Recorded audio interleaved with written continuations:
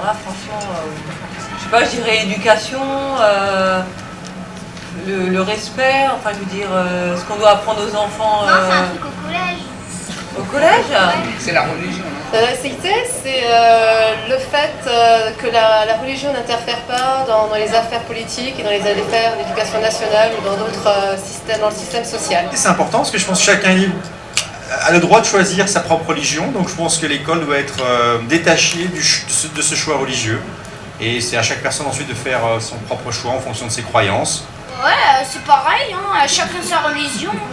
Ouais, après, dès qu'on se montre aux autres, quoi. Après, la religion, c'est à chacun, ça sert à rien de la montrer forcément aux autres, quoi. Si les gens ils ont une croix, un voile, l'essentiel c'est qu'on me respecte, qu'on nous respecte. Non, là, moi, dans le lycée, ça va, quoi. On n'est pas pareil, quoi, mais on se respecte entre nous, quoi. C'est notre maturité, quoi. Moi, ça me dérangerait même pas s'il y a un musulman qui veut faire sa prière au travail, pendant temps et temps d'heure, ouais, pourquoi pas, il n'y a pas de souci. Hein. Moi, j'ai une tolérance, hein. J'ai aucun problème à avoir quelqu'un qui va travailler à côté de moi avec une kippa ou un voile, ou peu importe, hein, vraiment, à partir du moment où le travail est là et bien fait, il n'y a pas de raison, à mon sens.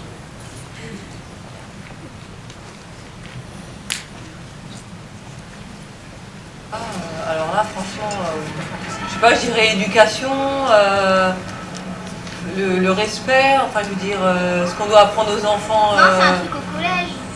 Au collège? Ouais. C'est la religion, non? La laïcité, c'est le fait que la religion n'interfère pas dans les affaires politiques et dans les affaires d'éducation nationale ou dans d'autres systèmes, dans le système social. C'est important parce que je pense que chacun a le droit de choisir sa propre religion, donc je pense que l'école doit être détachée de ce choix religieux. Et c'est à chaque personne ensuite de faire son propre choix en fonction de ses croyances. Ouais, c'est pareil, hein, chacun sa religion. Ouais, après, dès qu'on se montre aux autres, quoi. Après, la religion, c'est à chacun, ça sert à rien de la montrer forcément aux autres, quoi. Si les gens ils ont une croix, un voile, l'essentiel c'est qu'on me respecte, qu'on nous respecte. Non, là, moi, dans le lycée, ça va, quoi. On n'est pas pareil, quoi, mais on se respecte entre nous, quoi. C'est notre maturité, quoi. Moi, ça me dérangerait même pas s'il y a un musulman qui veut faire sa prière au travail, pendant temps et temps d'heure, ouais, pourquoi pas, il n'y a pas de souci. Hein. Moi, j'ai une tolérance, hein. J'ai aucun problème à avoir quelqu'un qui va travailler à côté de moi avec une kippa ou un voile, ou peu importe, hein, vraiment, à partir du moment où le travail est là et bien fait, il n'y a pas de raison, à mon sens. La communauté israélite est bicéphale. Elle comprend un responsable spirituel, le rabbin, et un responsable laïque, le président, qui est le garant de l'administration et des finances, dit-on. Selon le dictionnaire de Gaffio, laïcus signifie commun, ordinaire, qui est du peuple. C'est en tant que laïque, donc, illettré, par opposition au clerc, savant, que j'interviens ici. J'ai presque répondu à la problématique qui nous réunit ce soir et je pourrais quasiment passer la parole au prochain intervenant. Quid aujourd'hui de la laïcité? Ce mot qui ne figure jamais dans la loi de 1905. Tout le monde l'utilise, chacun y met ce qu'il veut. Rappelait il y a peu de temps André Damien, vice-président de l'Académie des sciences morales et politiques.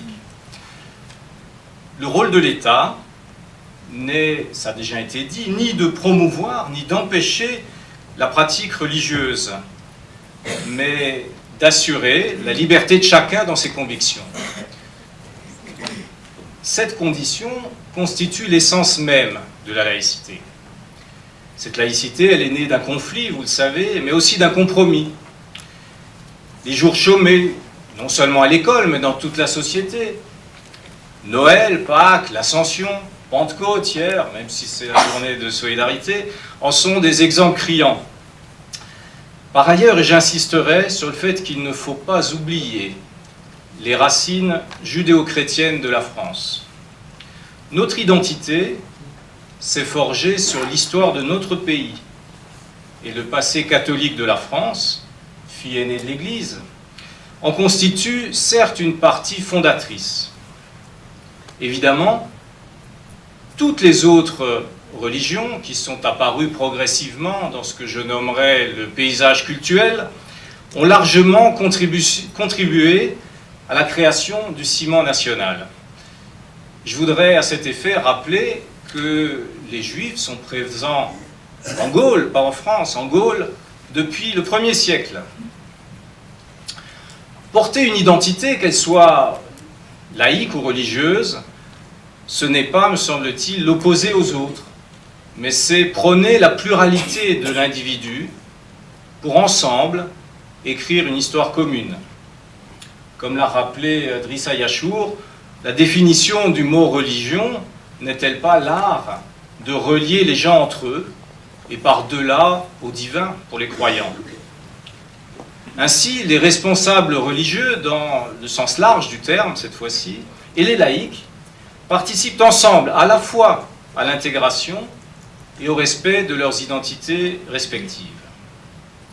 Cependant, il me semble que le droit à la différence ne doit en aucun cas s'opposer au devoir d'intégration.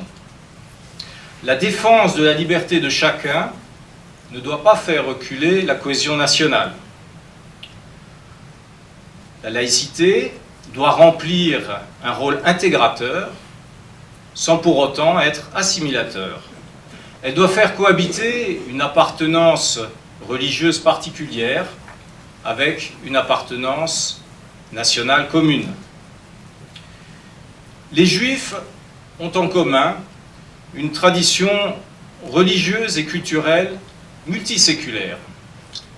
Mais surtout, et cela est fondamental, une histoire émaillée de persécutions et d'exil durant les 2 derniers millénaires. Certains y voient là l'explication d'un communautarisme. Mais en quoi cela empêcherait-il d'être juif et français, comme on peut être d'origine polonaise, italienne, maghrébine, alsacienne, et se sentir profondément français? Anthony Smith, dans Les origines ethniques des nations, rappelle, je cite, « la force de ces références pré-modernes ou pré-nationales, dites ethniques, dans la genèse des nations modernes. »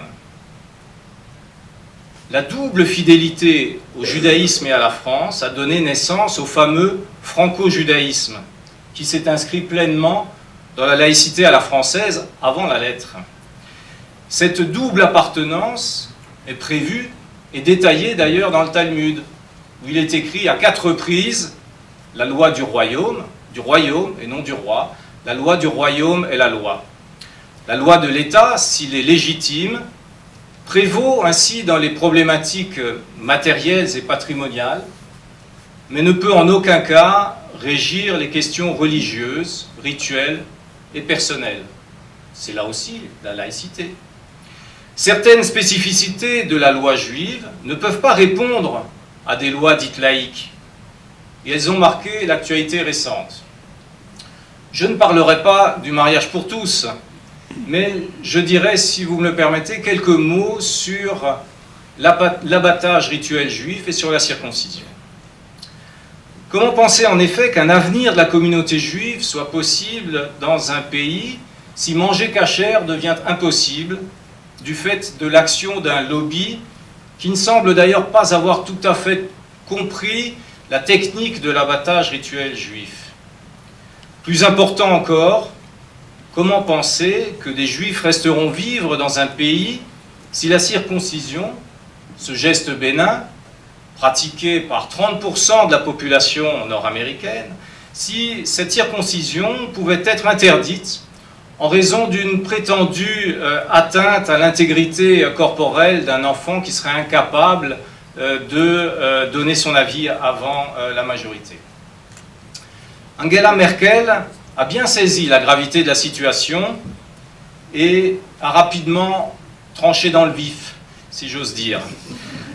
Elle a officiellement déclaré qu'elle souhaitait voir le judaïsme s'épanouir dignement en Allemagne et a fait voter en décembre dernier, c'est tout récent, une loi visant à protéger le rite de la circoncision. Encore une fois, la laïcité, c'est permettre et défendre la pratique de toutes les religions, en particulier les minoritaires, tout en veillant au respect des principes fondamentaux de la République et en se prémunissant contre les abus de pouvoir, qu'ils viennent des gouvernements des clergés ou des communautés diverses.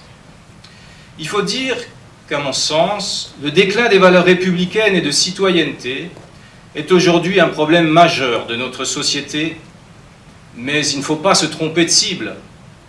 La nature a horreur du vide. L'espace laissé vide est occupé par le retour du religieux, avec parfois des revendications identitaires fondamentalistes, et c'est contre elles qu'il faut combattre. Les religions peuvent en revanche être une force de proposition au même titre que chaque groupe humain dans une société démocratique, à condition qu'en dernier ressort, ce soit l'État, les politiques qui prennent les décisions tout en assumant leurs choix.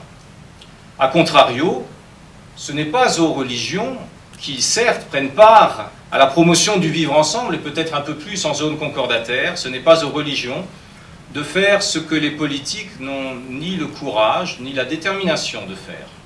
On ne peut pas avoir le beurre, l'argent du beurre et le sourire de la crémière.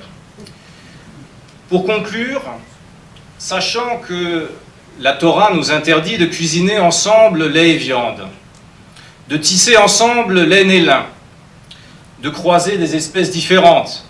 Alors certes, séparons l'État et la religion, c'est-à-dire œuvrons pour la non-domination de la religion sur l'État, sur l'individu. Mais comprenons aussi, comme l'a bien démontré Jean Bobéro, que la laïcité implique aussi, et de manière équivalente, la liberté de conscience, de culte, de conviction non religieuse, avec la pratique sociale de ces libertés, et l'égalité en droit des différentes religions et des différentes convictions non religieuses. Ceci n'est pas du tout incompatible, à mon sens, avec la préservation de la relation constructive instaurée par le Concordat, qui participe à la cohabitation et à l'épanouissement des différentes composantes de notre société. Je vous remercie de votre attention. Merci, Patrick Michel. Nous redonnons maintenant le contrôle de votre appareil de télévision jusqu'à la prochaine émission de... Le Furet Mulhousien.